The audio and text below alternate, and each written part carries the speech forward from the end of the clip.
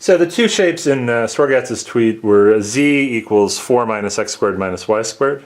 That's this one. And the funny thing that happened is we lost power in the middle of the night, so this print was nearly done, nearly completed the parabola, but not quite. Oh well. And the other shape was x squared plus y squared over 4 plus z squared equals 1. And so a couple of things. One, again, it's kind of fun to figure out how to print these in a way that is useful for students to sort of see the shape, and you have to thicken them up somehow. I chose one way of doing that in Mathematica, but there's lots of different ways. I don't know how you can see this one's not as thick, even though I used exactly the same procedure. That's number one. But number two, when you look at the diagrams from Swargatz's tweet, these two shapes are nearly the same size in those diagrams.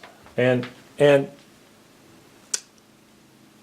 although there's no claim that they're drawn to scale or anything like that, it does mislead you a little bit, and it is pretty surprising how much larger the parabola shape is compared to the ellipsoid.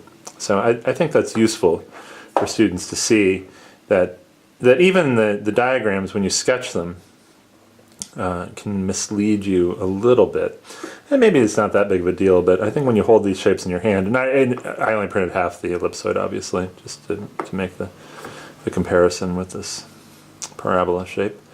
But I think the size difference actually is an important feature, and you can see how much bigger the parabola shape is compared to the ellipsoid.